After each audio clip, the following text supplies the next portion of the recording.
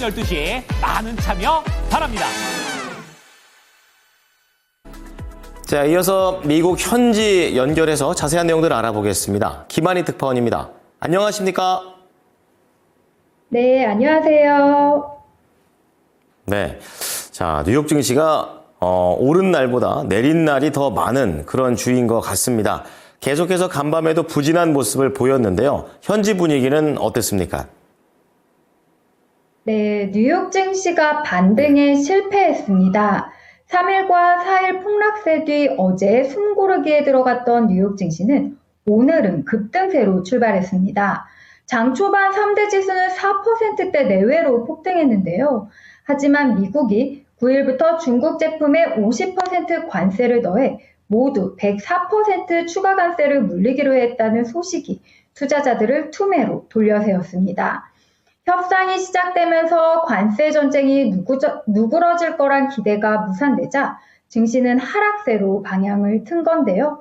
뉴욕 증권거래소에서 다우존스 30 산업평균 지수는 전 거래일 대비 0.84% 떨어졌고 S&P 500 지수는 1.57%, 나스닥 지수는 2.15% 급락 마감했습니다.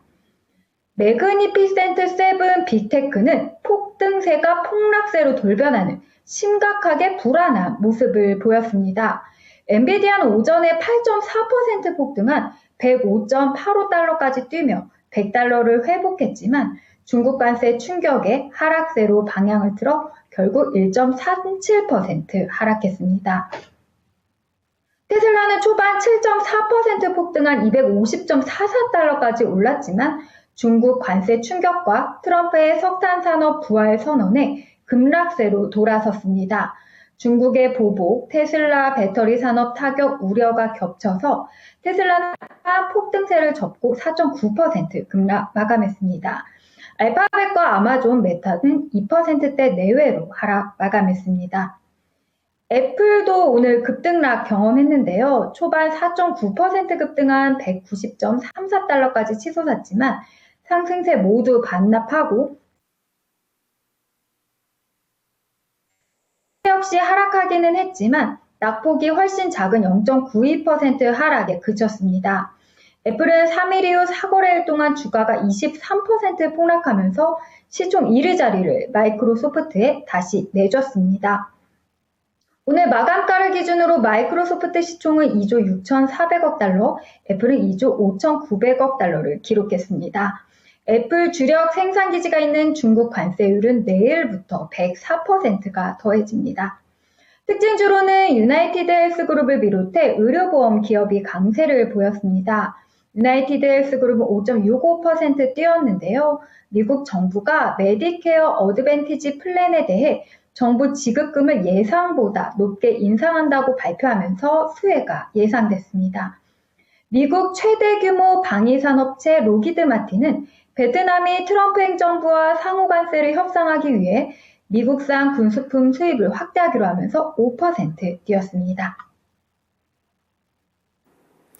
네, 말씀을 해주셨듯이 이 종목들이 굉장히 좀 변동성이 컸었고 지수도 결국에 전강 후약의 패턴으로 거래를 마쳤습니다.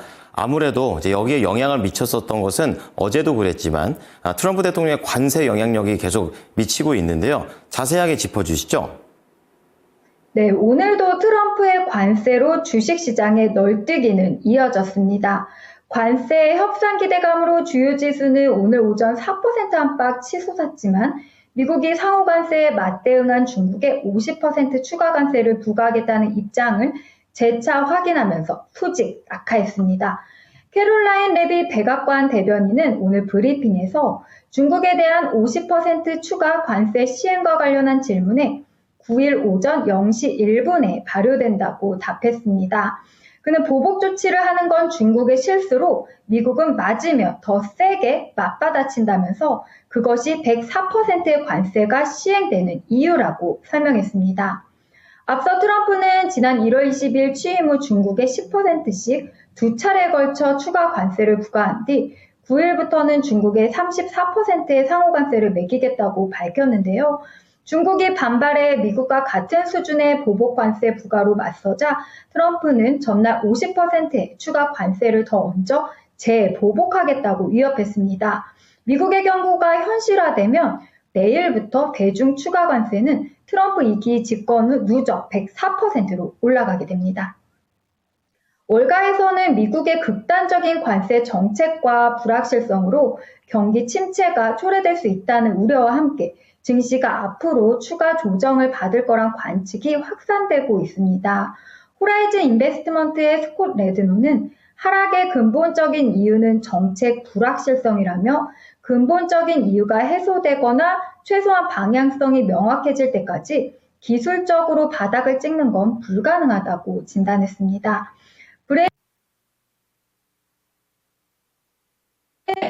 협상에 대한 낙관적 전망으로 어제 상승세가 나타났지만 투자자들은 무역 정책이 더 안정되길 원한다고 말했습니다. 신코프의 멜리사 브라운 또한 사람들은 낙관적으로 되고 싶었지만 결국 그럴 만한 이유가 없다는 걸 깨달았다면서 기업 실적은 앞으로 며칠 안에 보고되기 시작할 거고 1분기 실적이 심하게 감소하지 않았더라도 우리는 관세로 인한 예상 영향에 대해 기업들로부터 많은 이야기를 듣게 될 거라고 판단했습니다. 연준 인사들은 관세에 대한 우려를 이어갔는데요. 오늘 공개 발언에 나선 오스탄 골스비 시카고 연은 총재는 예상보다 훨씬 큰 관세가 인플레이션 리스크를 제기한다고 판단했습니다. 골스비는 트럼프가 발표한 관세는 우리가 모델링했던 것보다 훨씬 더 컸다면서 그처럼 높은 비용이 얼마나 빠르게 또는 완전히 소비자에게 전가될지 또 기업과 소비자가 어느 정도까지 억제해 경제 성장을 둔화시킬지는 불확실하다고 말했습니다. 메리 데일리 샌프란시스코 연은 총재도 연준의 신중한 통화 정책을 강조했는데요. 데일리는 관세로 인해 적어도 일시적으로는 다시 오를 수도 있지만 약간 우려스럽다며 정말 중요한 건 지난 이틀 동안 무슨 일이 일어났는지가 아니라 어떤 행정부가 취하고자 하는 변화의 순효과를 생각하면서 배 위에서 흔들리지 않는 것이라고 말했습니다. 이제 내일 일정 살펴보겠습니다. 내일은 연준이 3월 FOMC 의사록을 공개하는데요. 트럼프 대통령의 관세 정책에 영향을 두고 위원 간에 어떠한 이야기가 오갔는지 나올 것으로 보입니다. 연준 이사인 토머스 바킨 리치먼드 연은 총재 연설과 델타 항공 실적 발표 예정돼 있습니다. 네, 자 행정부와 연준의 줄다리기 내일도 계속 봐야 될 것 같습니다. 오늘 말씀 잘 들었습니다. 네, 감사합니다. 지금까지 모닝인 뉴욕이었습니다.